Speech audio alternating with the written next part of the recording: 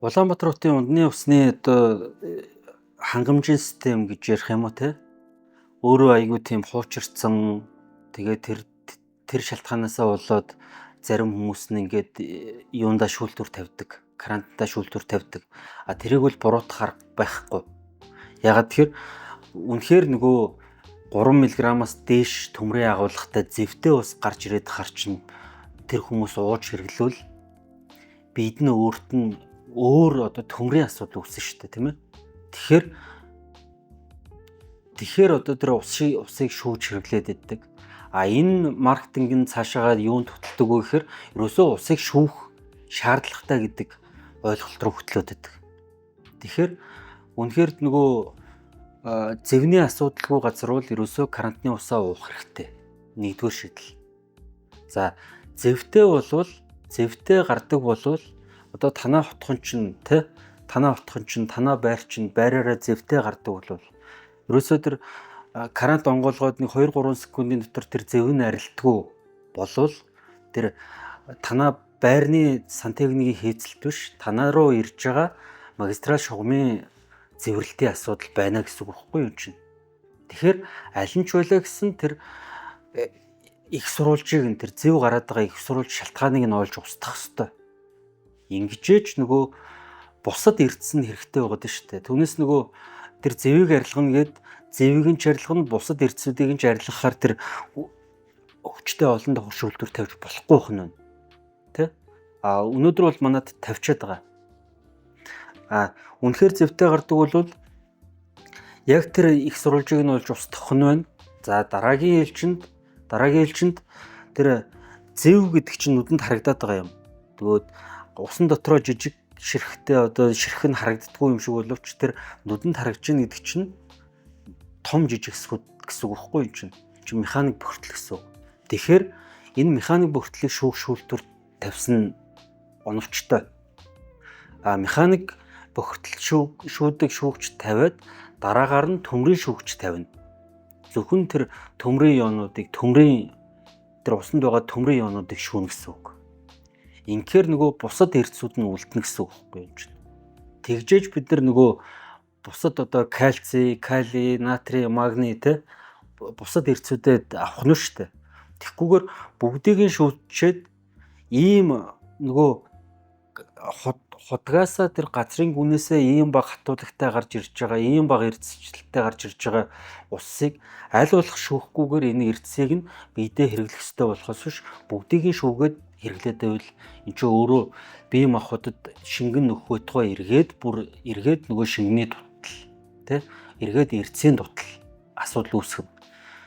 Яагаад эрдэсийн дутагдал үүсгдэг вэ гэхээр эрдэстэй ус уугаад бид ороод эрдэс нь үлдэн тийм үү? Эргээд эрдэстэй ус гарна. Хөлсөөр гарна, шээсээр гарна. Эрдэсгүй ус орё. Эрдэстэй болол гарна. Энд өөрөө нөгөө цикл нь өөрөө тэгж явж байгаа байхгүй юу? Тэгэхээр энэ чинь өөрөө нөгөө эрдэсгүй болчоод эрдэстэй гараад байна гэдэг чинь өөрөө тэр эрдэсийн дутагдалд хүргэн гэсэн үг байхгүй юу? Эргээд танд одоо усаа нөхөхөд маш хүндрэлтэй болж ирнэ гэсэн үг. Тэгэхээр нэг шийдэл нь тийм байж болно. За бүр болдгоо юм гэхэд одоо сая хэлсэнтэй нөгөө шүүлтүүрээд маш зөв оновчтойгоор сонгох. За 3 дугаарт ерөөсөө энэ усаа баяжуулах хэрэгтэй.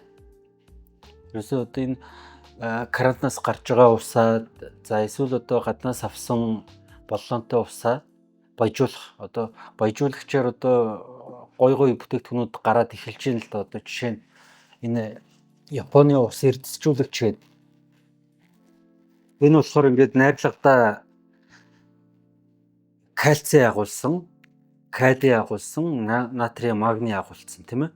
Энд чинь өөрөө нөгөө спорт дринк гэж байгаа. Одоо нөгөө спортынхан чинь яадаг вэ гэхээр маш өндөр биеийн хүчний нөгөө хэмнэлтэй ачаалттай дасгал хийдэг. Энүүгээрээ нөгөө биеийн дулаан үүсдэг. Биеийн дулаан үүснээрээ нөгөө түрүүн ярьсан шүү дээ. Нөгөө биеийн дулаанаа зохицуулах гад хөлс гардаг. Дулааны зохицуулгын улмаас тийм болохоор нөгөө спортын тамирчид илүү их хөлөрдөгч нь өөрөө биеийн дулаанаа маш их үүсгдэг. Тэрийг нь зохицуулах гэж хөлс их гардаг.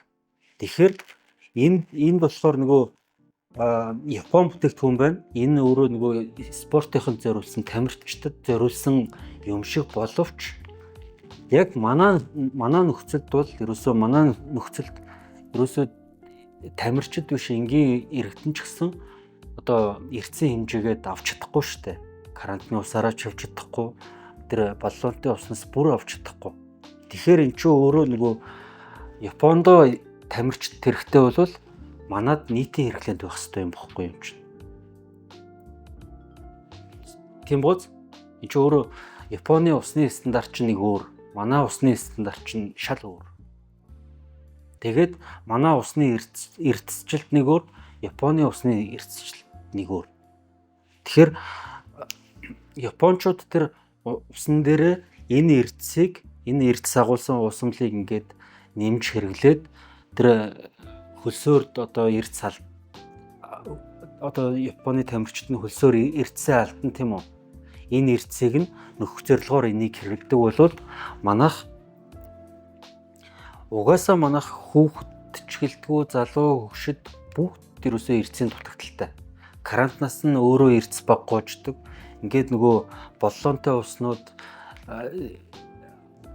савлсан уснууд гээд одоо чинь 57/2022 стандартаар явдаг л бол энэ өөрөө эрдэсийн маш их дутагдaltaй гэсэн үг. Тэгэхээр ерөөсөө иймэрхүү найдвартай баяжуулагчдаар одоо ус эрдэсчүүлэгчдэр юу яагаад усаа эрдэсчүүлж хэрэглэх нь хамгийн чухал л та тий. Тэгэхээр иймэрхүү бүтээгдэхүүнүүдийг бол ярина гэдэг нэгдүгээрт өнөөдөртөө өөрсдөө эрүүл мэндийг хамгаалж байгаа гэсэн үг. Хоёрдугаарт эрдэс ямар чухал вэ гэдгийг одоо хүүхдүүдтэй тий бусад одоо хүн амын хэрэгцээнд ингээд боловсрал олгож байгаа хамгийн том хэлбэр واخгүй юм чинь. Түүнээс нөгөө бүтээгдэхүүн сурчлахтаа биш юм чинь. Бидэрт хамгийн гол дутагдаад байгаа юм л ерөөсөө энэ шүү дээ. Тэгээд энэ шингэн болохоор өөрөө айгүй амархан уусч чинь одоо хутгалтгүйгээр хуурай төрлийн янз бүрийн бүтээгдэхүүнүүд байдаг л та тий. Заавал одоо нөгөө усаа тааруулж хийгээд тий.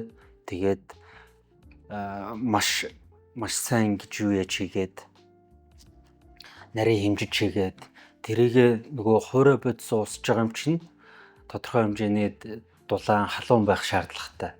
Ингээд өөрөө шингэн болохоор шингэн хэлбэртэй болохоор хөтөө усанд ч байсан хамаагүй хийгээл өөрөө дороод утгах шаардлагагүйгээр уусаад тэгээд эрдэстэй усаа ингээд уух боломжийг олгож байгаа ийм бүтээгдэхүүнүүд бол монголчуудад бол маш хэрэгтэй байна л та тийм ээ.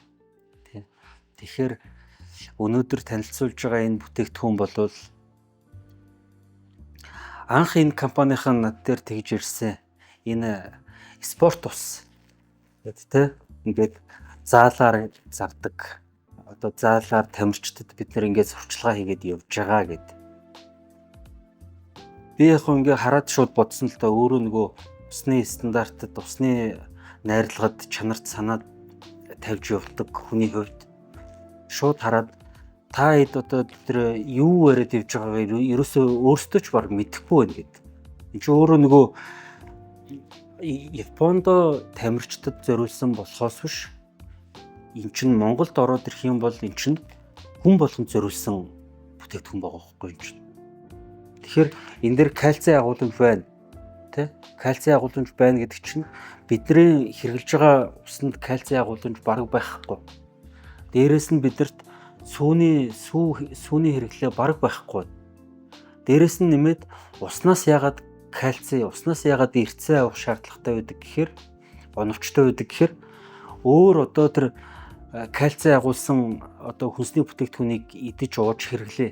Энд чинь өөрөө хажуугаар шин бодис агуулдаг болохоор тэр шин бодис ихтэх тийм ээ магадaltaй.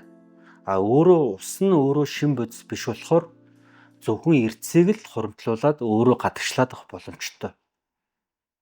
Хамгийн гол чанар нь тэр ихгүй юу? Усаар эрдэс авахын гол чанар нь тийм ээ. Тэгэхээр энэ бүтээгдэхүүнийг Хүнсний инженер хүний хувьд маш их онцлмоор байна. Тэгээ өдөр тутамдаа одоо гэр бүлийнхаа хэрэгцээнд тийм ээ. За тэр гэр бүлийнхаа хэрэгцээнд, тэр хүүхдүүдийнхаа хэрэгцээнд, тэр тэгээс 5 настай хүүхдүүд ч одоо тэр юу ундаанд айгуу дуртай байдаг, чихэрлэг ундаанд. Энэ болохоор яг нөгөө дотроо бас ингээд юу агуулсан. Тодорхой хэмжээний бага хэмжээний сахар агуулсан. За тэр цусан дахь сахарын хэмжээг өсгөхгүй хэмжээний одоо тэр сахар орлуулагч агуулсан, тийм ээ. Зөвшөөрөгдөх сахар орлуулагч агуулсан. Ийм ундаа байна л да. Тэгээд Япончууд гэдэг чинь өөрөө нөгөө хүнсний шинжилгээний хамгийн өндөрт цойлж явж байгаа номер 1 улс. Одоо тэр Шимадзу энтер гэдгээс эхлээл ингээд шинжилгээ байтугай тэр шинжилгээний тунаг төхөөрөмж багжаараа одоо дэлхийг хангаж штэ тийм болохоор энэ бүтээгдэхүүнд ерөөсөө тэр найрлагад нь эргэлзэхгүйгээр харин өдөр тутамдаа одоо хэрэгжилж хөвшөөрэй гэж зөвлөмөр байна.